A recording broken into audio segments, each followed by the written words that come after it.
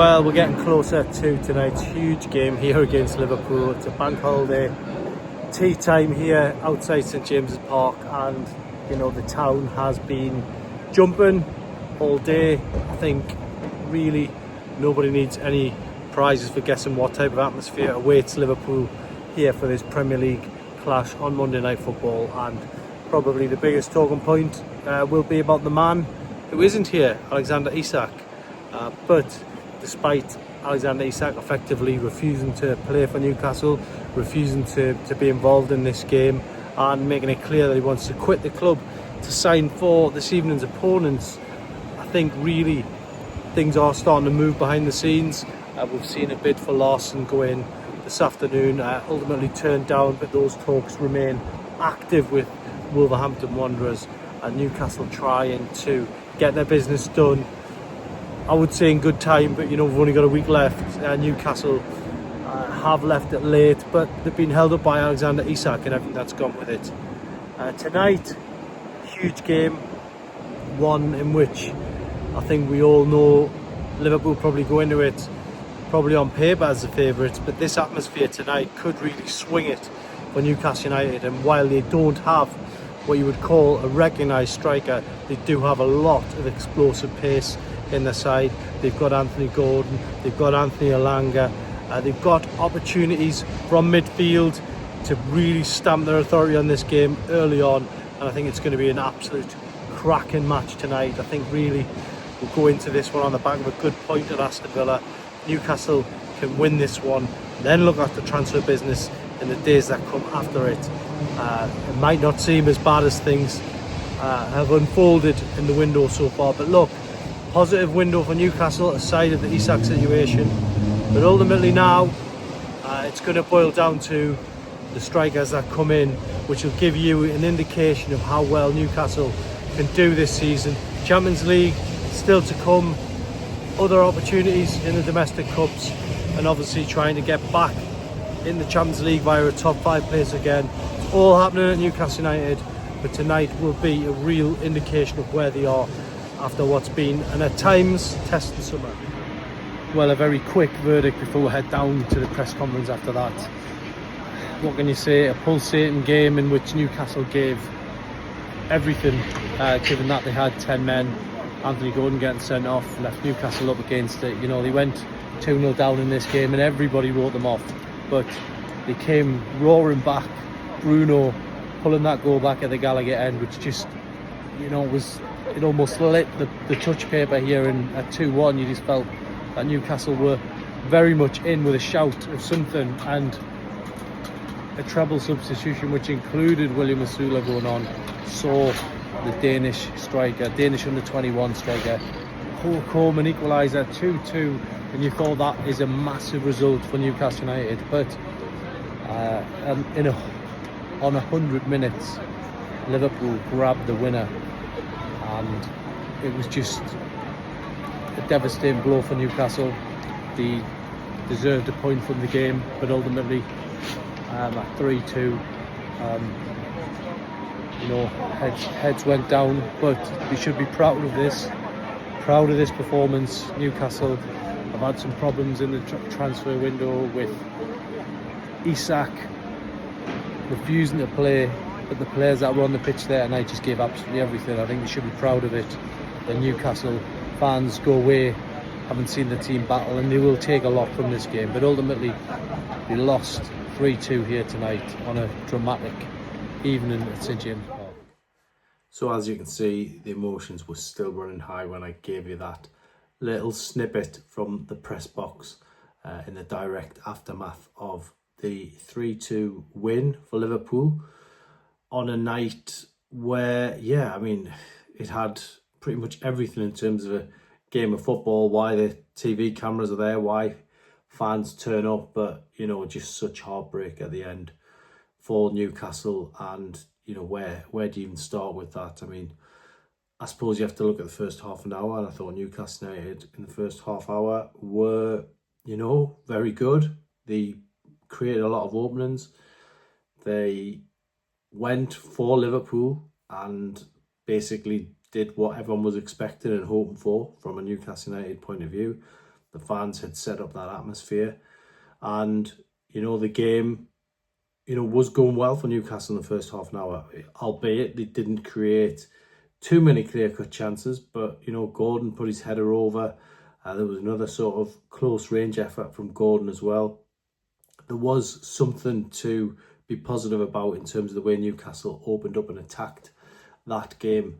And at 0-0, you just felt, things were, on the up. And then obviously Liverpool from nowhere, a long range strike from Gravenberch puts them 1-0 up. It was disappointing really the way that goal came about, and Newcastle were 1-0 down. But then obviously the Anthony Gordon incident that clatters into the back of Van Dijk, for which he's now apologised. And yeah, I mean, I look at it two ways. It was something Newcastle didn't need at that time, especially with no strikers available. But there's another part of me thinks, well, he's giving it a go. He's chasing around. He's trying to make things happen. He's trying to show he's committed, and I've got absolutely no problem with that. It's just one of them unfortunate incidents where a player gets sent off, and it just comes at such a bad time for Newcastle. But he'll probably learn from it. He is still quite a young player. It's not the first time he's been sent off for Newcastle, but it was just one of them moments where he's had a rush of blood, and he's trying so hard to do something and change something when other players aren't. Obviously Alexander Isak was essentially described as non-committed in Eddie Howe's press conference. So I think you have to give Anthony Gordon the benefit of the doubt on that one. So, 10 men going in the second half, and then, Ekitike puts Liverpool 2-0 up, and that's the worst case scenario. And then you thought, well, we're in for a long night here. At 2-0 down, it was inevitable that Ekitike would score, given everything that's happened in the summer. But for me, the best part of the game was the response of Newcastle United. Bruno getting Newcastle back in it with a header at 2-1. And then the treble substitution, which involved Asula coming on and, getting that equaliser, poking home. He had a horrible pre-season, missed loads of chances.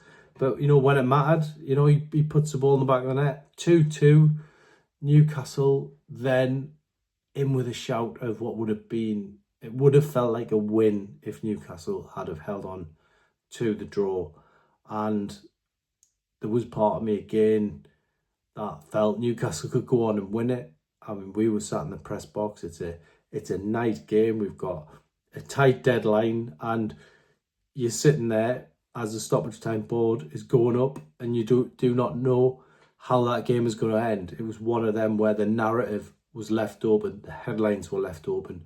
Could have been a battling point for Newcastle, and I think it would have felt like a victory had the Newcastle players been going around the pitch and absorbing that love and affection from the crowd, which they totally deserved. And they got a bit of that anyway, to be totally honest. But wasn't it be 100 minutes? And this is the bit where I am going to have another look back at the game. But this is the bit for me where at what stage do you settle for the 2-2 draw and you shut shop?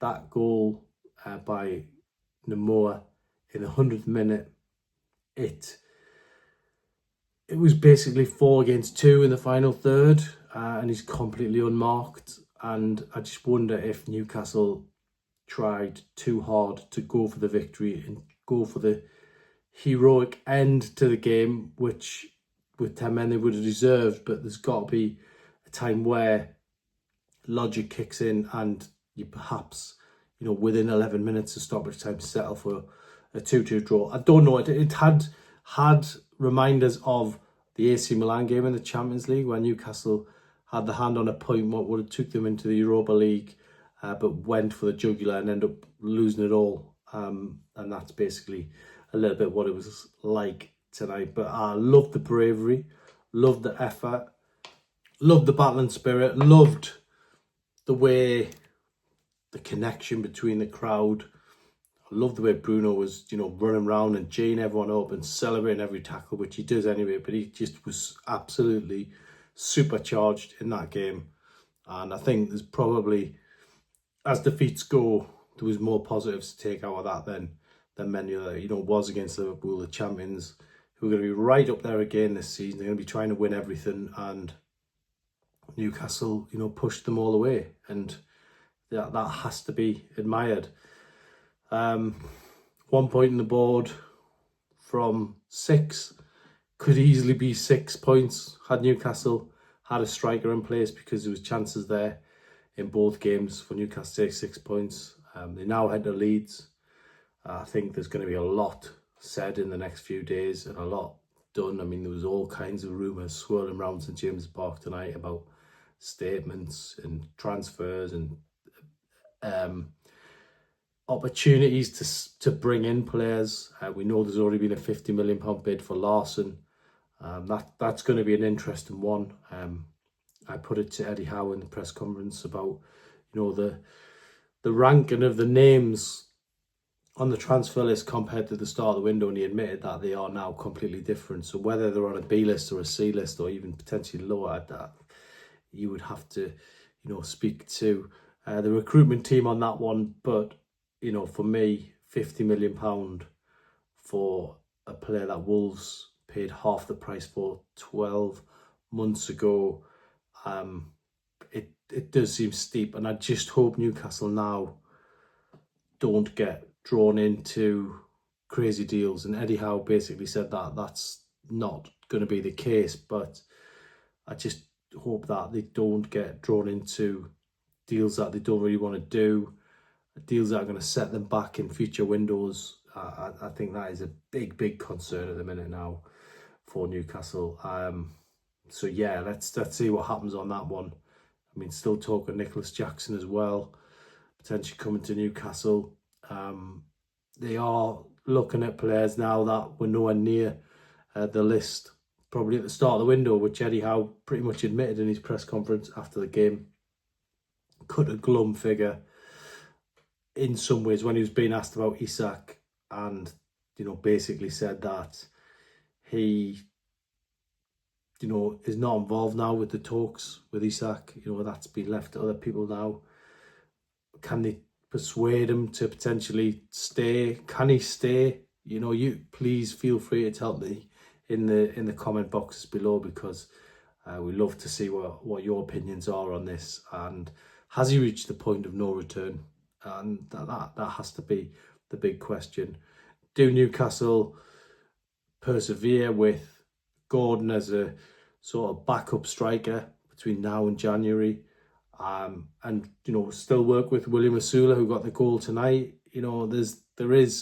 It's not completely the end of the world, but I think realistically for Newcastle fans, they knew that they needed a striker in a long time ago, and unfortunately that just didn't come. So yeah, again, can't fault the effort of tonight. Lose 3-2 Liverpool, no disgrace, and to make them fight until the very last minutes of the game, of stoppage time. Fantastic effort with 10 men, but 1 point from 6. We don't start worrying just yet. But for Newcastle fans, I think they want effort. They want a team that tries, and I think that they definitely got that this evening. But thanks for listening. Drop us your comments in the box below. I'm really interested to know what you think about the Isak situation, the Larson situation, who Newcastle now play at Leeds, and ultimately, were you happy with that level of performance? Was Gordon reckless, or do you give him the benefit of the doubt? So there's a few things for you to think about. Thanks for tuning in, and I'll be back in the next few days with another video.